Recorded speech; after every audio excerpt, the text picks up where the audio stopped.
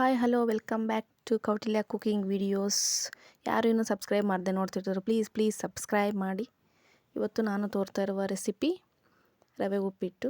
ಇದು ಬ್ಯಾಚುಲರ್ಸ್ಗೆ ಬೆಳಿಗ್ಗೆ ಟಿಫಿನ್ಗೆ easy recipe. ಮೊದಲು ಗ್ಯಾಸ್ ಆನ್ ಮಾಡಿ ಪಾತ್ರೆ ಇಟ್ಟು 2 ಸ್ಪೂನ್ ಆಯಿಲ್, 1 ಚಮಚ ಜೀರಿಗೆ, 1 ಚಮಚ ಸಾಸಿವೆ, ಸ್ವಲ್ಪ ಕರಿಬೇವಿನ ಸೊಪ್ಪು ಹಾಕಿ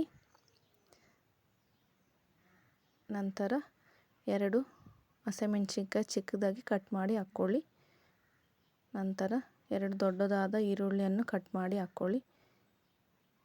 ಚೆನ್ನಾಗಿ ಹಸಿ ವಾಸನೆ ಹೋಗೋವರೆಗೂ ಫ್ರೈ ಮಾಡ್ಕೊಳ್ಳಿ. ಹಸಿ ವಾಸನೆ ಹೋದ ನಂತರ 1 ದೊಡ್ಡದಾದ ಟೊಮೆಟೊ ಕಟ್ ಮಾಡಿ ಹಾಕಿ. ಟೊಮೆಟೊ ಹಾಕಿದ ತಕ್ಷಣವೇ ರುಚಿಗೆ ತಕ್ಕಷ್ಟು ಉಪ್ಪನ್ನು ಹಾಕಿ. ಉಪ್ಪು ಹಾಕುವುದರಿಂದ ಟೊಮೆಟೊ ಬೇಗನೆ ಬೇಯುತ್ತೆ. ಚೆನ್ನಾಗಿ ಟೊಮೆಟೊನ ಫ್ರೈ ಮಾಡ್ಕೊಳ್ಳಿ. ಚೆನ್ನಾಗಿ ಟೊಮೆಟೊ ಬೆಂದ ನಂತರ ಫ್ರೈ ಮಾಡಿಕೊಂಡು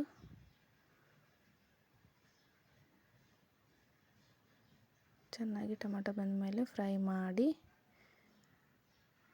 2 ಕಪ್ ಅಳತೆಯಷ್ಟು, ನಾವು ತಗೊಂಡಿರೋ ಕಪ್ಪಿಂದ 2 ಕಪ್ ಅಳತೆಯಷ್ಟು ನೀರನ್ನು ಸೇರಿಸಿ,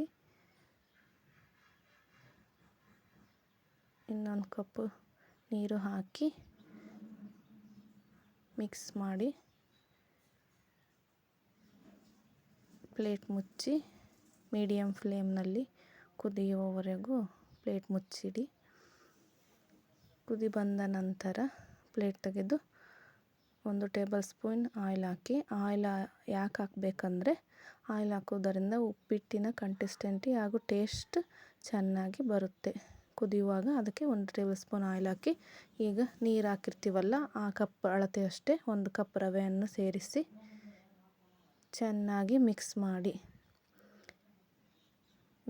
ಮಾಡಿ ಕುದಿ ಬಂದ ನಂತರ ಚೆನ್ನಾಗಿ ಇನ್ನೊಂದು ಸಾರಿ ಮಿಕ್ಸ್ ಮಾಡ್ಕೊಳ್ಬೇಕು. ಮಿಕ್ಸ್ ಮಾಡ್ಕೊಂಡ ನಂತರ ಮೀಡಿಯಮ್ ಫ್ಲೇಮ್ನಲ್ಲಿ 3 ರಿಂದ 4 ನಿಮಿಷ ಹಾಗೆ ಬಿಡಬೇಕು. 3-4 ನಿಮಿಷ ಬಿಟ್ಟ ನಂತರ ಕೊನೆಯಲ್ಲಿ ಚಿಕ್ಕದಾಗಿ ಕಟ್ ಮಾಡ್ಕೊಂಡಿರೋ ಕೊತ್ತಂಬರಿ ಸೊಪ್ಪನ್ನು ಹಾಕಿ ಮಿಕ್ಸ್ ಮಾಡಿ ಮತ್ತೆ ಪ್ಲೇಟ್ ಮುಚ್ಚಿ 1 ನಿಮಿಷ ಸಣ್ಣ ಉರಿಯಲ್ಲಿ ಕುದಿಸ್ಕೋಬೇಕು. ನಂತರ ಪ್ಲೇಟ್ ತೆಗೆದು